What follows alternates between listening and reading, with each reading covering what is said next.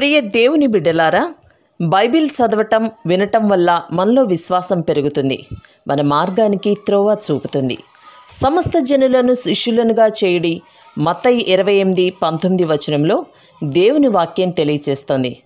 Telugu బైబిల్స్ను RRK మూర్తి గారు research చేసి విశ్లేషణ చేసిన బైబిల్లోని ప్రతి అధ్యాయాలను వచనాలను వరుస క్రమంలో అనగా ఆదికాండం నుండి ప్రకటనా గ్రంథం వరకు ఇవ్వబడుతుంది. ప్రతి ఒక్కరూ ఆధ్యాత్మికంగా విశ్వాసంలో బలపడి మీ జీవితంలో ఎదుర్కొంటున్న సమస్యల నుండి విడుదల పొందండి. ప్రతి ఒక్కరూ మీ దీవెన టీవీని సబ్స్క్రైబ్ చేసి ఈ వాక్యాన్ని లైక్ చేసి మీ మిత్రులకు బంధువులకు షేర్ చేయండి. దేవుని సువార్తను ప్రకటింపబడుటలో మీరు పాలిభాగస్తులు కండి.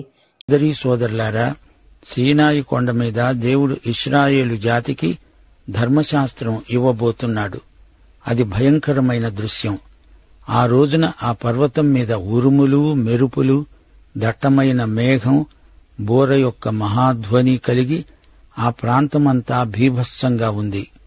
ఆ శిబిరంలోని ప్రజలందరూ ఈ దృశ్యాన్ని చూచారు. మోషే శిబిరంలో నుండి ప్రజలను అవతలికి రప్పించి దేవుణ్ణి కలుసుకోవడానికి కనిపెట్టవలసిందని ఆజ్ఞాపించాడు. యెహోవా అగ్నితో సీనాయి పర్వతం మీదికి దిగివచ్చినందున అదంతా ధూమమయమై కనిపించింది. దాని ధూమము కొలిమి ధూమం వలె లేచింది. పర్వతమంతా మిక్కిలి కంపించింది. ఆ బూరధ్వని అంతకంతకు బిగ్గరగా మోగింది. మోషే మాట్లాడుతూ ఉండగా దేవుడు తన కంఠస్వరము చేత అతనికి ఉత్తరమిస్తూ ఉన్నాడు. యెహోవా సీనాయి పర్వతం మీదికి అనగా ఆ పర్వత శిఖరము మీదికి దిగివచ్చాడు.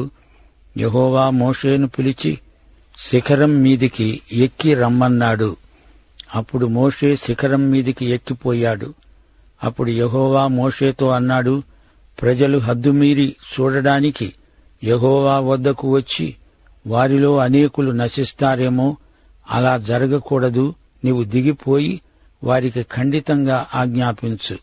నేను వారి మీద పడకుండునట్లు నా వద్దకు చేరే యాజకుడు తనను తానే పరిశుద్ధపరచుకోవాలి. మోషే యెహోవాతో అన్నాడు, ప్రజలు సీనాయి పర్వతం ఎక్కలేరు. నీవు పర్వతానికి మేరలను ఏర్పరచాలి, దానిని పరిశుద్ధపరచాలి అని ఖండితంగా ఆజ్ఞాపించావే. యెహోవా అన్నాడు, నీవు దిగివెళ్ళు, నీవు నీతో అహరోను ఎక్కి రావాలి. అయితే నేను వారి మీద పడకుండా యాజకులు ప్రజలు నా వద్దకు రావడానికి మేరను మీరకూడదు. నేను వారి మీద పడవలసి వస్తుంది. మోషే ప్రజల వద్దకు వెళ్లి ఆ మాట చెప్పాడు. సోదరీ సోదరులారా, దేవుని సన్నిధిలోకి మానవుడు వెళ్లడం అపూర్వ సంఘటన. అప్పుడే తెల్లవారుతున్నది. ఉరుములు మెరుపులు మొదలయ్యాయి. ఇశ్రాయేలీయులు గజగజ వణికిపోయారు. మెరుపులు, ఉరుములు, దట్టమైన మేఘం, మహాబూరధ్వని, ఈ 4 సంఘటనలు ఇశ్రాయేలీయులను భయకంపితులను చేశాయి. మోషే ప్రజలను వారి శిబిరములో నుండి స్వయంగా నడిపించుకొని తెచ్చాడు. దేవుడు ఒక సరిహద్దు గీత గీశాడు. దానిని మోషే ప్రజలకు చెప్పాడు. ఇది దాటి ఎవ్వరూ రాకూడదు అని చెప్పాడు. ప్రజలందరూ నిలువబడి ఉన్నారు. సీనాయి కొండ మేఘం చేత ఆవరించబడింది. బూర ఎంతోసేపు మోగింది. అంతసేపు గుక్క తిప్పుకోకుండా బూరను ఊదారంటే అలాంటిది దేవదూతలు మాత్రమే చేయగలరు. దేవుడు మోషేతో మాట్లాడాడు. మోషే దేవుని స్వరం విన్నాడు. దేవుడు స్వయంగా సీనాయి కొండ మీదికి దిగివచ్చాడు. అగ్నిస్తంభములో నుండి, మేఘస్తంభములో నుండి దిగివచ్చాడు. అనగా పరలోక దేవుడు సీనాయి కొండ శిఖరం మీదికి దిగివచ్చాడు. దేవుడు దివి నుండి భువికి దిగివస్తాడు. ఆదాము వద్దకు దిగివచ్చాడు. బాబేలు గోపురం దగ్గరికి దిగివచ్చాడు. అబ్రహాము దగ్గరికి కూడా దిగివచ్చాడు. ఇప్పుడు సీనాయి కొండ మీదికి ఇశ్రాయేలు ప్రజల దగ్గరికి దిగివస్తున్నాడు. యేసుక్రీస్తు దివి నుండి భువికి దిగివచ్చిన దేవకుమారుడు. కొండ శిఖరం మీది నుండి దేవుడు మోషేను పిలుస్తున్నాడు. పైకి ఎక్కిరా అంటున్నాడు. మోషే శిఖరం మీదికి ఎక్కి వెళ్లాడు. దేవుడు మోషేకు ఆజ్ఞాపించాడు, ప్రజలు హద్దుమీరి ముందుకు రాకూడదు. యాజకులు శుచిగా సిద్ధపడి రావాలి. హద్దు దాటి వస్తే ఎవరైనా సరే హతమైపోతారు. కిందికి దిగివచ్చి ప్రజలను సిద్ధపరిచి అహరోనును తీసుకొని పైకెక్కాడు. మోషే ప్రజలకు దేవుని మాటలు వినిపించాడు. సోదరీ సోదరులారా, గమనించారా? దేవుడిచ్చిన ధర్మశాస్త్రం ఆత్మ సంబంధమైనదే. ధర్మశాస్త్రము ఉన్నత ప్రమాణములు గల దేవుని శాసనం. యెషయా గ్రంథం 41 అధ్యాయం 8వ వచనం ప్రకారం ఇశ్రాయేలు దేవుడు ఏర్పరచుకొన్న జనాంగం. వీరు దేవుని స్నేహితుడైన అబ్రహాము సంతానం. దేవుడు ధర్మశాస్త్రాన్ని అనుగ్రహించాడంటే ప్రజల నైతిక ప్రమాణాలు దిగజారిపోతున్నట్లు వారికి కనపరిచాడు. ధర్మశాస్త్రమే లేకపోతే ప్రజలకు పాపమంటే ఏమిటో, అది ఎంత భయంకరమైనదో తెలియదు. దశాజ్ఞలు దేవుడు 2 పలకల మీద రాసి ఇచ్చాడు. అయితే రూపాంతరపు కొండ మీద యేసు ప్రభువు దశాజ్ఞలను మించి తన శిష్యులు జీవించగలరని నిరూపించాడు.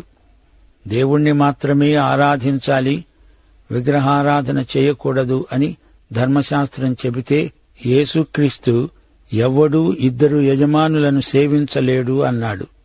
దేవుని నామము వ్యర్థంగా ఉచ్చరింపకూడదు అని ధర్మశాస్త్రం అంటే దేవుని పేరట ఒట్టు పెట్టుకొనకూడదు అని యేసు అంటున్నాడు. సబ్బాతు ఆచరించు అని ధర్మశాస్త్రం అంటే ప్రభు అన్నాడు. సబ్బాతు మానవుని కోసం కాని మానవుడు సబ్బాతు కోసం కాదు. సబ్బాతు రోజున ఏమి చెయ్యాలో చెప్పడానికి యేసుకు అధికారమున్నది.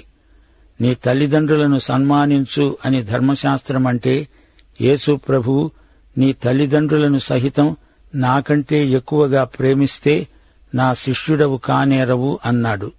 హత్య చేయవద్దు అని ధర్మశాస్త్రం అంటే నీ సోదరుని మీద కోపగించినా అది హత్యతో సమానం అన్నాడు యేసుక్రీస్తు.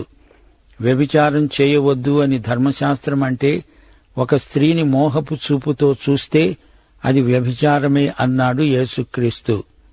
దొంగతనం చేయవద్దు అని ధర్మశాస్త్రం అంటే నీ అంగీ ఎవడైనా తీసుకుంటే వానికి నీ కండువా కూడా ఇచ్చివేయి అంటున్నాడు యేసుక్రీస్తు. అబద్ధం చెప్పవద్దు అని ధర్మశాస్త్రం అంటే నీవు వ్యర్థంగా పలికే ప్రతి మాటను గురించి తీర్పు దినమున లెక్క అప్పగించాలి అంటున్నాడు యేసుక్రీస్తు. అసూయ కూడదు అంటుంది ధర్మశాస్త్రం. లూకాసు వార్త 12వ అధ్యాయం 15వ వచనంలో ఏ విధమైన లోభానికి ఎడమియ్యకూడదని ప్రభు అన్నాడు. సోదరీ సోదరులారా, సీనాయి కొండ మీద ఏమి జరుగుతున్నదో చూడాలని కుతూహలంతో ఎవరైనా హద్దుమీరి వస్తే అలాంటి వ్యక్తులు హతమైపోతారు.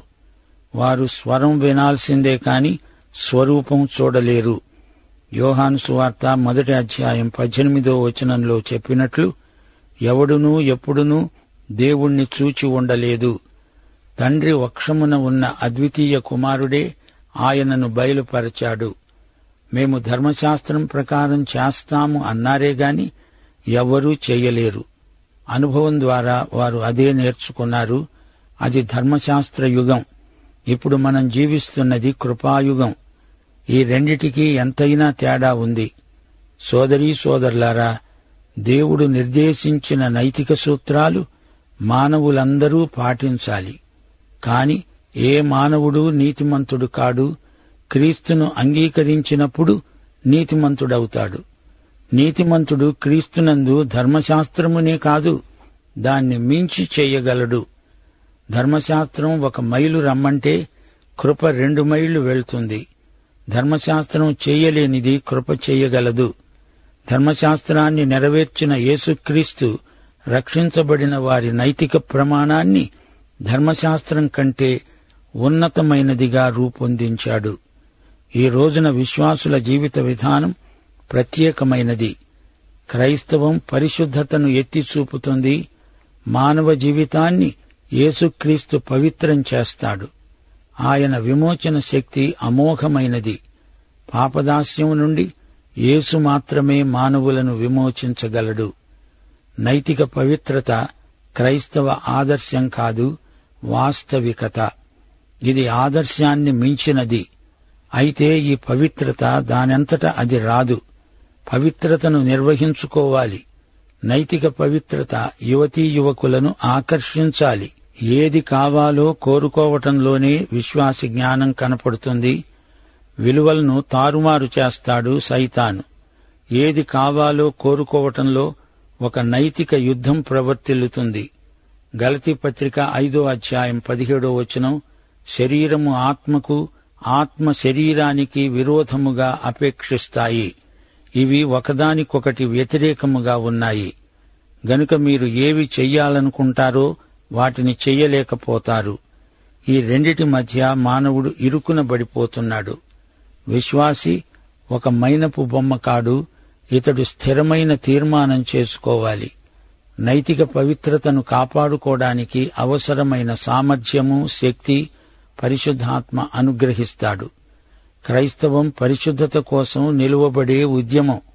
ఈ ఉద్యమం వర్ధిల్లాలి. పవిత్ర జీవితానికి వ్యతిరేక శక్తులు ఎన్నెన్నో పనిచేస్తాయి. ఈ రోజున ఈ నైతిక పోరాటం మరీ ఉద్ధృతమైపోయింది. 1 రాజులు 8వ అధ్యాయం 28వ వచనం, సొలొమోను చేసిన ప్రార్థన వినండి. యెహోవా, ఇశ్రాయేలీయుల దేవా, పైనున్న ఆకాశమందుగాని భూమియందుగాని మీ వంటి దేవుడు ఒక్కడూ లేడని ఎరుగుదుము. పూర్ణ మనస్సుతో నీ దృష్టికి అనుకూలముగా నడిచే నీ దాసుల విషయం నీవు నిబంధనను నెరవేరుస్తూ కనికరము చూపుతూ ఉంటావు. యెషయా 43వ అధ్యాయం 2వ వచనం, దేవుడు తన బిడ్డలతో అంటున్నాడు, నీవు జలములలో బడి దాటేటప్పుడు నేను నీకు తోడై ఉంటాను. నదులలో బడి వెళ్లేటప్పుడు అవి నీ మీద పొర్లిపారవు. నీవు అగ్ని మధ్యను నడిచేటప్పుడు కాలిపోవు, జ్వాలలు నిన్ను కాల్చవు. దేవుని పరిశుద్ధత అన్ని శోధనలను, పరీక్షలను గెలుస్తుంది. పరిశుద్ధత అనేది గొప్ప ఆధ్యాత్మిక శక్తి. దేవుడు పరిశుద్ధుడు, గనుక మనం పరిశుద్ధులమై ఉండాలి. గలతీ పత్రిక 6వ అధ్యాయం 7 నుండి 10వ వచనం వరకు, మోసపోవద్దు, దేవుడు వెక్కిరింపబడడు. మనుష్యుడు ఏమి విత్తుతాడో ఆ పంటనే కోస్తాడు. ఏలాగనగా తన శరీరేచ్ఛలను బట్టి విత్తేవాడు తన శరీరము నుండి క్షయమనే పంట కోస్తాడు. ఆత్మను బట్టి విత్తేవాడు ఆత్మ నుండి నిత్య జీవమనే పంట కోస్తాడు. మనము మేలు చేయుటయందు విసుగకూడదు. అలయక మేలు చేసితిమేని తగిన కాలమందు పంట కోస్తాము. కాబట్టి మనకు సమయము దొరికిన కొలది అందరి ఎడల, విశేషముగా విశ్వాస గృహమునకు చేరిన వారి ఎడల మేలు చేయాలి. సోదరీ సోదరులారా, వింటున్నారా? విశ్వాసులందరూ పరిశుద్ధులై ఉండడం దేవుని చిత్తం. యాకోబు పత్రిక 1వ అధ్యాయం 27వ వచనం, తండ్రి అయిన దేవుని ఎదుట పవిత్రమును నిష్కళంకమునైన భక్తి ఏదనగా, దిక్కులేని పిల్లలను, విధవరాండ్రను వారి ఇబ్బందిలో పరామర్శించటము, ఇహలోక మాలిన్యము తనకు అంటకుండా తనను తాను కాపాడుకొనటమే. సోదరీ సోదరులారా, దేవుని సేవలో సాంఘిక క్షేమం ఇమిడి ఉంది. ఆధ్యాత్మిక సేవ, సాంఘిక సేవ, ఈ రెండు ఒకే నాణ్యానికి ఇరువైపులు. గమనించండి, నిర్గమకాండం 19వ అధ్యాయం ధర్మశాస్త్రానికి సిద్ధపాటు. వారు ఈజిప్టు నుండి బయలుదేరి సీనాయి అరణ్యానికి వచ్చి ఆగారు. సీనాయి పర్వతం ఎదుట ఇశ్రాయేలీయులు ఆగారు. దేవుడు వారికి స్పష్టంగా చెప్పాడు, నేను మిమ్మును గద్దరెక్కల మీద మోసి మిమ్మును చేర్చుకున్నాను. నా మాట మీరు వినాలి. నా నిబంధనలను అనుసరించి నడుచుకోవాలి. లోకంలో అనేక జాతుల మధ్య మీరుంటారు. మీరు ఎక్కడ ఉన్నా నా నిబంధనను అనుసరించి నడుచుకోవాలి. సమస్త దేశ జనులలో మీరు నాకు స్వకీయ సంపాద్యం. మీరు నాకు యాజక రూపమైన రాజ్యం, పరిశుద్ధమైన జనం. ఇశ్రాయేలీయులు ధర్మశాస్త్రమంతా ఆచరిస్తాము అని చెప్పారు, కాని అది అసాధ్యం. ధర్మశాస్త్రాన్ని ఏ నరమాత్రుడు నెరవేర్చలేడు. ధర్మశాస్త్రాన్ని స్వీకరించేటప్పుడు ఇశ్రాయేలు ప్రజలు విరిగి నలిగిన హృదయాలతో రావాలి. దేవుడు మబ్బుల్లో వచ్చాడు, మేఘవాహనుడై వచ్చాడు. పర్వతమంతా ఆ సమయంలో భయంకర దర్శనంగా మారింది. ముట్టితే చాలు, జనం హతమైపోతారు. పర్వతాన్ని ముట్టినవాడు నేరస్తుడు, అతనికి మరణశిక్ష విధిస్తారు. మనుష్యుడు గాని మృగాలు గాని పర్వతానికి దగ్గరకు రావడానికి వీల్లేదు. ప్రజలందరూ శుచిర్భూతులై వచ్చారు, తమను తాము పవిత్రపరుచుకున్నారు. స్త్రీ పురుషులు ఎట్టి అపవిత్ర కార్యం చేయకూడదు. ఉరుములు మెరుపులు మొదలైనాయి. బూరధ్వని బహుబలంగా వెలువడింది. అగ్ని పొగ అంతటా కమ్ముకొన్నది. కొలిమి పొగలాగా సెగలు కక్కింది. పర్వతమంతా గజగజ వణికిపోయింది. రానురాను బూరధ్వని పెద్దదిగా చుచ్చింది.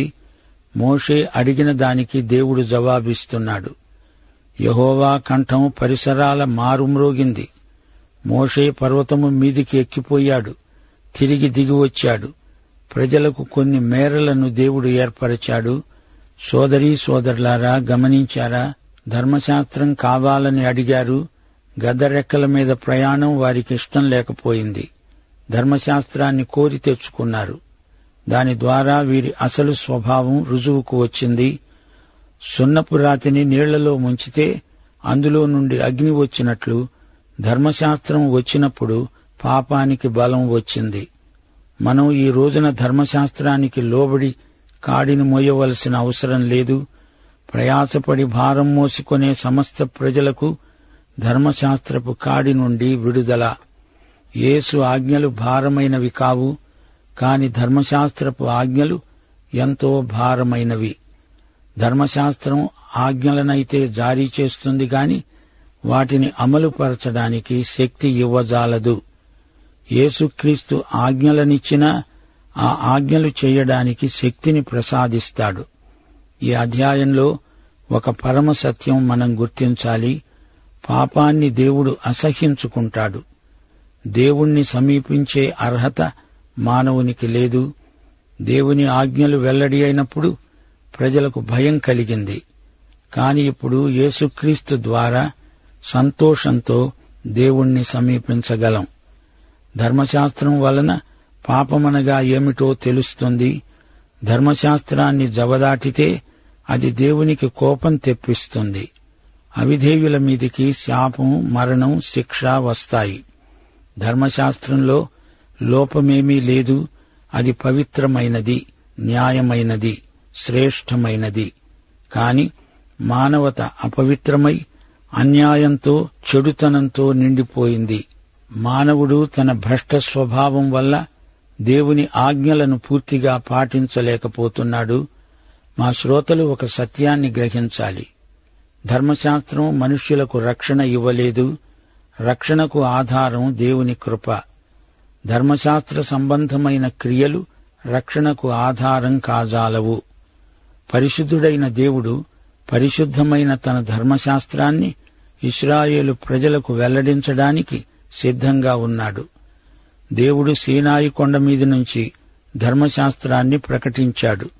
అందుచేత ఆ పర్వతం కూడా పవిత్రమైనది.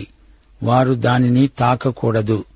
చీకటి, మంటలు, భూకంపాలు, భయం ఇవన్నీ ఈ అధ్యాయంలో మనకు గొప్ప పాఠం నేర్పుతున్నాయి. ధర్మశాస్త్రం పాపి అయిన మానవుణ్ణి బట్టి ఇంకా బలీయమైనది. ధర్మశాస్త్రం మానవుడు పాపి అని తీర్పు చెప్పి అతణ్ణి రక్షణ కోసం క్రీస్తు వద్దకు పంపుతుంది. దేవుని న్యాయ నియమాలు అందరానివి, అతి పవిత్రమైనవి. మానవుని పాప స్వభావం కృపలేనిదే దేవుని ప్రమాణాలను అందుకోజాలదు. మనల్ని గురించి, దేవుణ్ణి గురించి ప్రాథమిక సత్యాలను, ప్రధాన సత్యాలను నేర్పటమే ధర్మశాస్త్రం చేసే పని. ఈ అధ్యాయంలోని కొన్ని భౌగోళిక విషయాలను మా శ్రోతల దృష్టికి తెస్తాము. సీనాయి కొండ అంటే 3 కిలోమీటర్ల పొడవు, 1.5 కిలోమీటర్ల వెడల్పు ఉన్న ఒక పర్వత శ్రేణి. అందులో అన్నిటికన్నా ఎత్తైన శిఖరం దాదాపు 2160 మీటర్లు. దీనికి ఎదురుగా విశాలమైన మైదానం ఉంది. ఇందులో 20 లక్షల మంది వరకు విడిది చేయటానికి స్థలం ఉంది. 19వ అధ్యాయం 5-6 వచనాలలో దేవుడు చేస్తున్న నిబంధన క్లుప్తంగా చెప్పబడింది. ఇది మీకు మళ్లీ జ్ఞాపకం చేస్తాము. దేవుడంటున్నాడు, నా మాట శ్రద్ధగా విని నా నిబంధనను అనుసరించి నడిచిన ఎడల మీరు సమస్త దేశ జనులలో నాకు స్వకీయ సంపాద్యమవుతారు. సమస్త భూమి నాదే కదా. మీరు నాకు యాజక రూపమైన రాజ్యముగాను పరిశుద్ధమైన జనముగాను ఉంటారు. ఈ ఒడంబడిక ఇశ్రాయేలు ప్రజలతో దేవుడు చేస్తున్నాడు. ఈ నిబంధన మోషే ద్వారా ప్రజలతో చేయబడింది. దీనిని మోషే నిబంధన అంటారు. ఇదే సత్క్రియా నిబంధన. ఈ నిబంధన వాగ్దానం చేసిన ఆశీర్వాదాలు ఆ ప్రజల విధేయత మీదే ఆధారపడి ఉన్నాయి. ఈ నిబంధన షరతులతో కూడినది. మునుపు ఆదికాండంలో నోవహుతో దేవుడు చేసిన ఒడంబడికలో ఎట్టి షరతులు లేవు. కాని ఇప్పుడు మోషే నిబంధనలో షరతులు ఉన్నాయి. మీరు నా మాటలకు లోబడితే మీకు కొన్ని విశేషమైన హక్కులుంటాయి. ధర్మశాస్త్రమంతటా ఈ షరతులు అమలులో ఉన్నాయి. ఈ నిబంధనలో ఇశ్రాయేలు ప్రజల నైతిక, సాంఘిక, ఆధ్యాత్మిక జీవితాలకు సంబంధించిన విశేషాలెన్నో ఉన్నాయి. అబ్రహామీయ నిబంధనకు ఈ నిబంధన పొడిగింపు. యేసుక్రీస్తు రాకడ వరకు ఈ నిబంధన అమలులో ఉన్నది. ఇది పాత నిబంధన, కాని యేసుక్రీస్తుతో కొత్త నిబంధన మొదలైంది. ఇది పాతదానికంటే శ్రేష్టమైనది. హెబ్రీ పత్రిక 8వ అధ్యాయం 6వ వచనం. యేసుక్రీస్తు ఇప్పుడు మరీ ఎక్కువైన వాగ్దానములను బట్టి నియమింపబడిన మరి ఎక్కువైన నిబంధనకు మధ్యవర్తి అయి ఉన్నాడు. ఇశ్రాయేలు ప్రజలు విధేయత చూపితే వారు దేవుని ప్రత్యేకమైన సొత్తు అవుతారు. 135వ కీర్తన 4వ వచనం. యెహోవా తన కొరకు యాకోబును ఏర్పాటు చేసుకొని ఉన్నాడు. తనకు స్వకీయ ధనముగా ఇశ్రాయేలును ఏర్పరచుకున్నాడు. అయితే క్రీస్తు విశ్వాసులమైన మనకు తీతు పత్రిక 2వ అధ్యాయం 14వ వచనం ప్రకారం ఆయన సమస్తమైన దుర్నీతి నుండి మనలను విమోచించి సత్క్రియలయందు ఆసక్తిగల ప్రజలను తన కోసము పవిత్రపరచుకొని తన సొత్తుగా చేసుకొనుటకు తనను తానే అర్పించుకున్నాడు. ప్రియ శ్రోతలారా, మనమిప్పుడు కొత్త నిబంధనలో రాజులైన యాజక సమూహం, దేవుని సొత్తైన ప్రజలం, ప్రత్యేకంగా ఏర్పరచుకొనబడిన వంశం. పాత నిబంధనలో వలెనే క్రీస్తును బట్టి మనం పవిత్రమైన జాతి. సోదరీ సోదరులారా, ధర్మశాస్త్రం ప్రకారం చేస్తామని చెప్పి అడుగడుగునా ధర్మశాస్త్రాన్ని మీరుతూనే వచ్చారు. దేవుడిచ్చిన ధర్మశాస్త్రం నిర్దుష్టమైంది, ఎలాంటి స్ఖాళిత్యమూ లేనిది. దీనిని ఇశ్రాయేలు ప్రజలు పాటించగలిగారా? దశాజ్ఞలు ధర్మశాస్త్రం సారాంశం. వీటిని విపులీకరించే విధులు, కట్టడలు కూడా దేవుడిచ్చాడు. తీర్పులు కూడా అందులో ఉన్నాయి. దీనిని ధృవపరిచేటందుకు బలిరక్తం ప్రోక్షించబడింది. ఈ విషయాలను మా శ్రోతలు మననం చేసుకోవాలి. కొండమీది ప్రసంగంలో యేసు ప్రభు ధర్మశాస్త్ర ప్రమాణాలను ఇంకా పైకెత్తి చూపుతున్నాడు. సీనాయి కొండపైన మోషే ధర్మశాస్త్రాన్ని ఆవిష్కరించాడు. యేసుక్రీస్తు ప్రసంగం చేసిన కొండ ఆధ్యాత్మికంగా సీనాయి కొండ కంటే ఎత్తైనది. మత్తయి సువార్త 5వ అధ్యాయంలో ధన్యులు ఎవరో ప్రభువు ఉపదేశించాడు. కొండమీది ప్రసంగాన్ని జీవించడానికి దేవుని ఆత్మ నింపుదల కావాలి. యేసుక్రీస్తును రక్షకునిగా అంగీకరించిన వారు కొండమీది ప్రసంగంలోని నియమాలను పరిశుద్ధాత్మ సహాయంతో పాటించగలరు. దేవుని పిల్లలైతే, దేవుని ఆత్మ గలవారైతే ధర్మశాస్త్రాన్ని మించి జీవించగలరు. సోదరీ సోదరులారా, కొండమీది ప్రసంగాన్ని మోకాళ్లపై చదవండి, జీవించండి. పాఠం ఇంతటితో సమాప్తం. ప్రభు అయిన యేసుక్రీస్తు వారి కృప, తండ్రి అయిన దేవుని ప్రేమ, పరిశుద్ధాత్మ యొక్క అన్యోన్య సహవాసము మనకు సదాకాలము తోడై ఉండునుగాక. ఆమేన్.